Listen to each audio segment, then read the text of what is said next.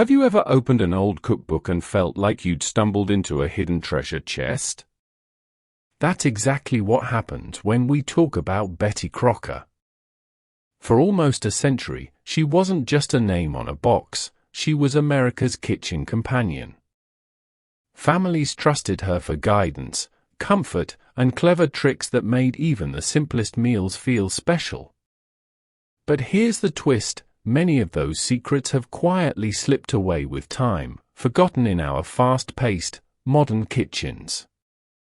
Think about it. Before the internet, before cooking apps and YouTube tutorials, Betty Crocker was the voice that reassured nervous homemakers, guided young brides in their first kitchens, and taught families how to stretch a little food into a full feast. She wasn't just giving recipes, she was handing out survival skills wrapped in warmth and encouragement. And hidden in her cookbooks, pamphlets, and radio shows were clever little secrets, kitchen shortcuts, measuring tricks, flavor enhancers, that once made American meals unforgettable.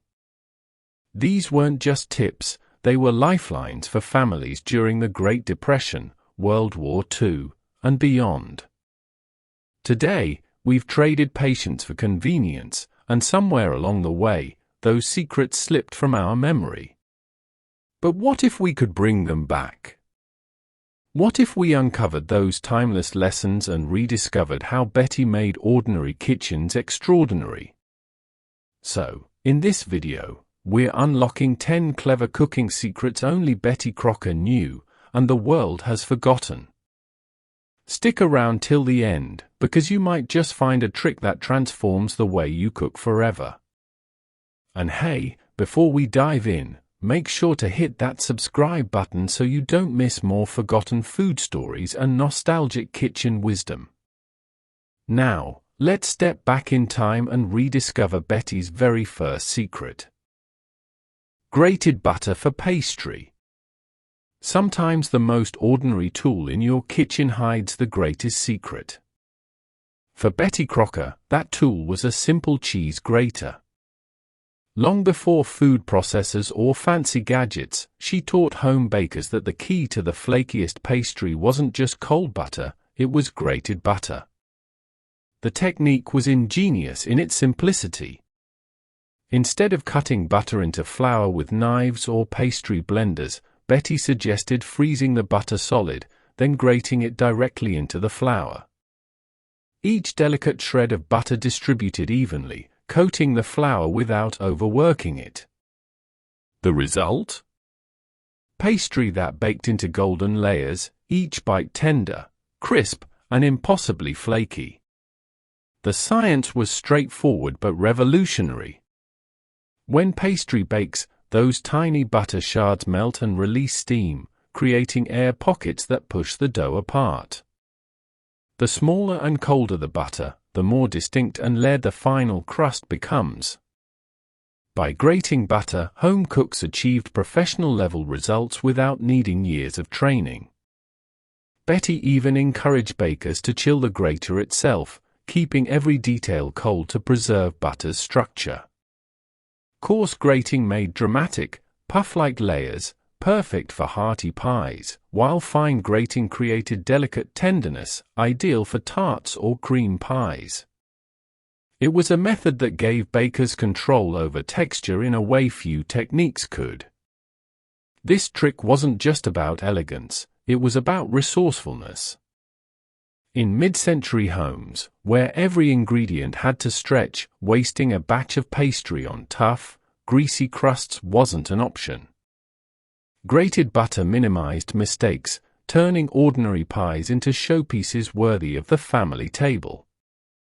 Today, we lean on shortcuts, store-bought crusts, pre-mixed dough, but Betty Crocker's grated butter method reminds us of the quiet genius found in simple tools. A grater, some butter, and a bit of patience could transform a humble kitchen into a bakery. Hot milk mashed potatoes. For Betty Crocker, mashed potatoes were more than a side dish, they were the soul of the supper table. But she knew the difference between heavy, gluey potatoes and the kind that melt on your tongue. Came down to one clever secret: always use hot milk. It sounds simple, but the science behind it was profound. Potatoes contain starch molecules that swell and soften as they cook. If you suddenly shock them with cold milk, those starches seize up, clump together, and create that dreaded pasty, sticky texture. Betty's test kitchens discovered that by warming the milk first, the starches absorbed liquid evenly, creating a smooth, airy mash that felt almost whipped. Her method was precise: steam the milk until hot but not boiling, then add it slowly, little by little, while mixing. This gradual incorporation gave the cook full control over the texture, from firm and hearty to luxuriously creamy. Butter and salt were always added before the milk, ensuring flavor absorbed into the potatoes instead of being diluted. It was a ritual of timing and order, not just tossing ingredients together. In a time when potatoes appeared at nearly every meal, this trick mattered. Families stretched their harvests across seasons, and a perfect bowl of mashed potatoes could make a meager dinner feel like a feast. Betty's hot milk method gave consistency to an essential dish, teaching home cooks that patience and temperature awareness were just as important as ingredients. Today, many rely on instant mixes or shortcuts, but the truth is, the secret to unforgettable mashed potatoes isn't found in a box. It's found in a saucepan of warm milk and the wisdom of Betty Crocker, who taught us that sometimes the smallest adjustments create the biggest difference. The toothpick test. Before kitchen timers beeped or ovens displayed digital screens, home cooks relied on instinct. But Betty Crocker gave them something far more reliable: the toothpick test. A trick so simple it seemed almost obvious, yet it became the gold standard for perfect cakes. The method was ingenious in its humility. Instead of guessing whether a cake was done, Betty taught bakers to insert a clean wooden toothpick, or even a matchstick, into the center of the cake. If it came out wet or streaked with batter, the cake needed more time. But if it emerged clean, or with just a few moist crumbs, the cake was ready. It was tactile, visual, and foolproof. This tiny gesture carried big meaning. In the 1940s and 50s, women baked for birthdays, holidays, and church gatherings, where a sunken or underbaked cake could feel like a disaster. The toothpick test became a quiet reassurance, an invisible helping hand in kitchens across America. For first-time bakers, it built confidence. For experienced ones, it provided consistency. It also symbolized a larger truth in Betty's philosophy, that cooking didn't require expensive gadgets, just knowledge and care. A wooden pick, something anyone could afford, became the secret weapon for flawless baking. And in households where pennies mattered, this mattered too. Even today, despite modern thermometers and air fryer ovens, the toothpick test endures. It's still the simplest way to measure doneness, a thread of continuity tying today's kitchens to those of the 1950s. When you slide that little stick into a cake and feel the relief of a perfect bake, you're not just testing dessert, you're carrying forward a tradition Betty Crocker made timeless. Cutting cakes with dental floss. It sounds almost playful, but Betty Crocker's kitchen swore by it. Dental floss wasn't just for teeth, it was for cake. In an era before home bakers owned serrated knives or precision tools, Betty offered a trick that was both clever and accessible. A simple strand of unwaxed dental floss could slice cakes with clean, perfect edges. Why did it work? Knives, especially dull ones, often tore through soft layers, dragging crumbs and smearing frosting. But floss, stretched taut and pulled in a smooth motion, cut straight through without pressure. The result was bakery-quality slices at home, no crumbling, no mess. For layered cakes, bakers could even use floss to level off the dome tops before stacking, ensuring stability and beauty without specialized equipment. This trick was especially beloved in the post-war years, when celebration cakes became symbols of prosperity. Birthdays, anniversaries, and neighborhood gatherings all called for impressive desserts. Yet not every household could afford professional utensils. Floss turned out to be the hidden tool tucked away in every medicine cabinet, ready to transform an ordinary cake into a polished masterpiece. And there was something magical about it. Children would watch, wide-eyed, as their mother pulled a ribbon of floss across a cake, as if she were performing a secret kitchen spell. For many families, these small rituals turned baking into theater, a moment of wonder in the middle of an ordinary day. Even now, professional chefs still rely on the floss trick for cheesecakes, layer cakes, and even soft goat cheeses. It's proof that Betty Crocker's wisdom wasn't bound by time. Sometimes, the best solutions aren't found in stores, they're hiding in plain sight, waiting to be remembered. Measuring flour the right way. To Betty Crocker, baking wasn't guesswork, it was precision. And she knew one of the biggest culprits behind failed cakes and dense breads came from something deceptively simple: measuring flour the wrong way. Most home cooks in the early 20th century scooped flour straight from the bag with a cup. But Betty's test kitchens discovered this compacted the flour, sneaking in nearly 20% more than intended. That extra weight made cookies tough, biscuits dry, and cakes heavy. Betty's solution? A new ritual: fluff the flour first, spoon it lightly into the measuring cup, then level it with the flat edge of a knife. No tapping, no shaking, no packing. Just light, even consistency every time. This wasn't just about science, it was about empowerment. Families during the Depression and wartime couldn't afford ruined ingredients. A failed loaf meant wasted flour, wasted eggs, wasted hope. By teaching cooks how to measure with accuracy, Betty gave them control over their kitchens and confidence in their results. Her instructions appeared in cookbooks, on flour bags, even on radio programs, becoming second nature for generations of bakers. The phrase spoon and level became more than advice, it was a standard, a quiet discipline that separated professional quality bakes from everyday mistakes. Even today, the wisdom holds. Modern bakers armed with digital scales still acknowledge Betty's spoon and level method as the foundation of accuracy. It's a reminder that sometimes, success lies not in grand gestures but in the smallest habits. Every time you measure flour the right way, you're not just making cookies or bread, you're honoring a forgotten kitchen secret that Betty Crocker gave to the world. A secret that kept families fed, celebrations sweet, and failures rare. Greasing pans with wax paper. Long before non-stick sprays lined grocery shelves, Betty Crocker taught home bakers a clever, no-fuss way to keep cakes from sticking: wax paper. Not just greasing pans with butter or shortening, but actually lining the bottom with a neat circle of wax paper, cut to fit perfectly. The brilliance was in its simplicity. Grease alone could sometimes fail, leaving cakes clinging stubbornly to pans. But when a layer of wax paper was pressed to the bottom after greasing, it formed a barrier that guaranteed a smooth release. Once baked, the cake could be flipped effortlessly, the paper peeled away like a secret wrapper. No torn edges, no broken layers, just baker-perfect results in a home kitchen. Betty's test kitchens emphasized this technique especially for celebration cakes, when appearances mattered most. In the 1940s and 50s, a birthday cake wasn't just dessert, it was the centerpiece of the table, the star of photographs, the moment children waited for all year. And nothing could ruin the magic faster than a cake that collapsed in pieces. Wax paper was the invisible safeguard against disappointment.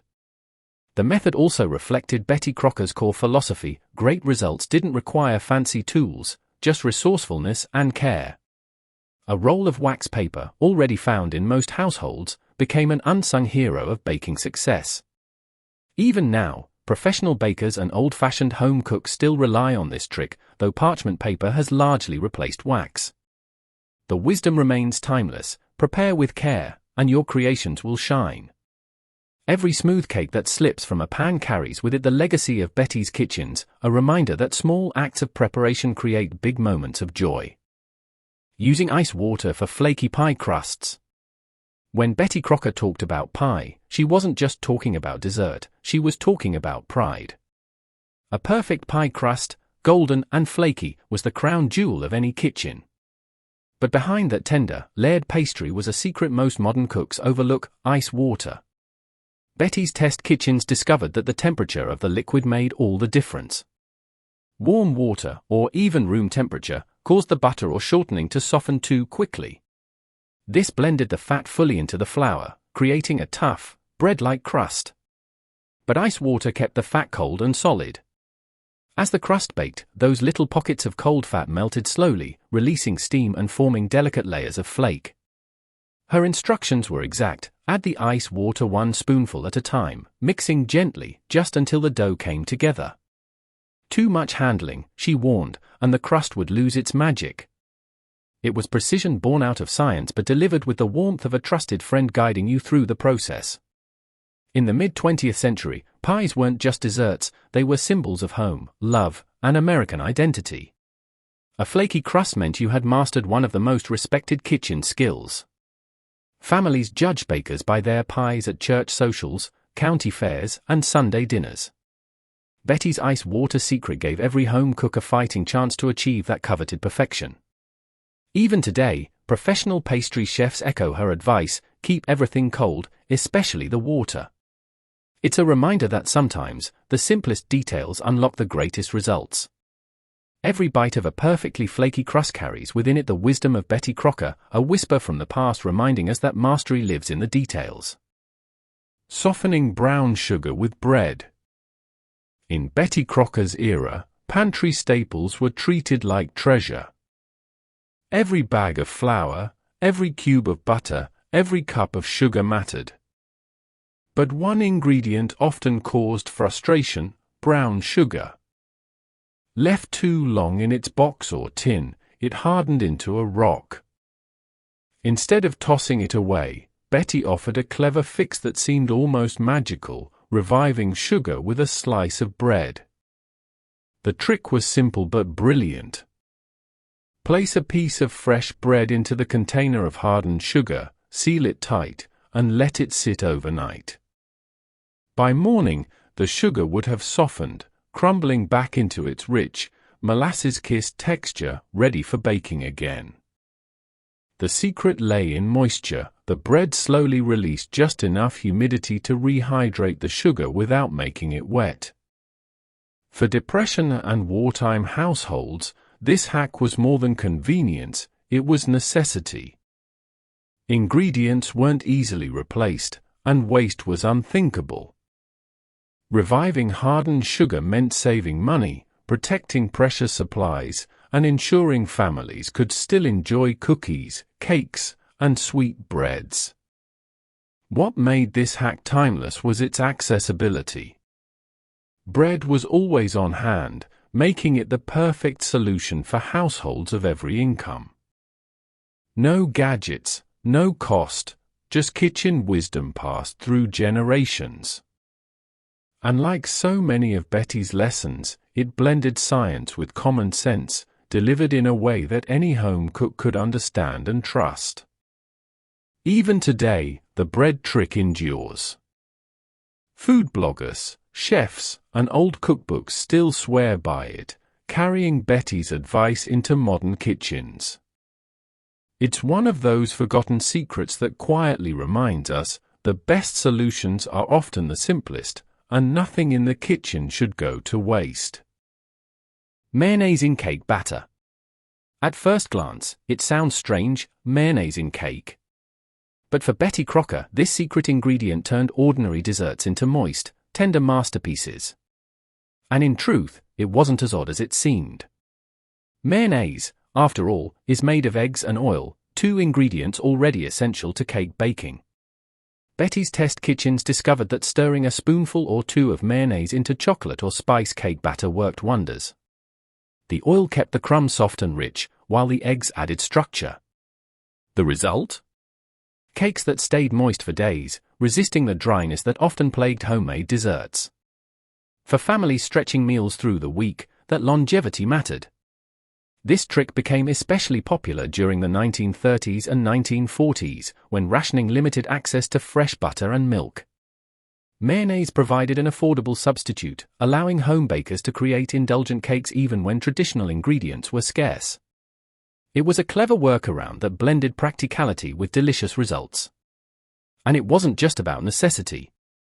Many cooks came to prefer the subtle texture mayonnaise created. Chocolate cakes baked with it developed an almost fudgy richness, the kind of moistness that made every bite feel indulgent. Betty didn't present it as a gimmick but as a reliable, tested method that could elevate even the simplest recipes. Today, food historians and bakers still talk about this unusual trick, often rediscovering it with surprise. Some modern recipes continue to call for mayonnaise, keeping the tradition alive. It's a reminder of Betty Crocker's genius. She taught us to think creatively, to see familiar ingredients in new ways, and to never underestimate the power of resourcefulness in the kitchen. Coffee in chocolate cake. For Betty Crocker, chocolate cake was never just a dessert, it was a centerpiece of comfort, celebration, and joy. But she held a secret that many bakers overlooked: a splash of coffee could transform chocolate into something extraordinary. The trick wasn't about making the cake taste like coffee. Instead, it was about unlocking chocolate's deepest flavors. Coffee's natural bitterness enhanced the cocoa, intensifying its richness while balancing out the sweetness. Just a half cup of strong, brewed coffee stirred into the batter made chocolate taste darker, smoother, and more complex, like magic happening in the oven. In mid-century kitchens, where birthdays and holidays often called for a show-stopping cake, this little secret became a game-changer. A chocolate cake with coffee tasted as though it came from a fancy bakery, even if it was baked in a modest farmhouse kitchen. Families gathered around tables, taking that first bite, never knowing the hidden ingredient behind the flavor that lingered so beautifully. What made the trick so enduring was its accessibility. Coffee was already a household staple, brewed daily in percolators and enamel pots. Betty showed home bakers they didn't need exotic ingredients to elevate their desserts, just a thoughtful twist with something already on hand. Even today, professional bakers still rely on this method. Whether it's espresso powder in brownies or brewed coffee in cake, the principle remains the same: chocolate loves coffee. And every time a baker stirs coffee into their batter, they're unknowingly carrying forward Betty Crocker's quiet wisdom, passed down through generations. Because in the end, the difference between good chocolate cake and unforgettable chocolate cake isn't more sugar or fancier frosting, it's a secret cup of coffee, whispered from the past. And so, as we look back on these forgotten Betty Crocker secrets, we uncover more than kitchen tricks, we uncover a philosophy of cooking that defined an era. From coffee tucked quietly into chocolate cake to mayonnaise that kept desserts moist, from hot milk in mashed potatoes to ice water for flaky pies, every tip carried a purpose. These weren't gimmicks, they were lifelines for families who cooked with care, precision, and a touch of creativity. Betty Crocker wasn't a person, but she became the trusted voice in American kitchens for nearly a century. She taught millions of home cooks that success didn't come from expensive gadgets or rare ingredients, but from understanding the small details: the toothpick that saved a cake, the bread that softened sugar, the wax paper circle that freed a perfect layer. Simple, clever, timeless. These secrets weren't just about food. They were about resilience during hard times, celebration during good times, and the quiet joy of serving something made with love. Generations leaned on her advice, and in doing so, built memories that still linger at dinner tables and holiday gatherings today.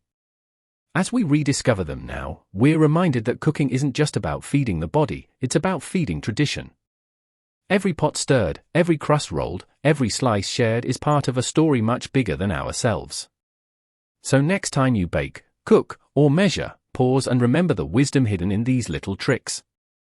Because in those simple gestures, you'll find the spirit of Betty Crocker, practical, resourceful, and always guiding us toward meals that mean more than just food. And if you'd like to keep these forgotten traditions alive with us, don't forget to subscribe. There are more secrets waiting to be remembered.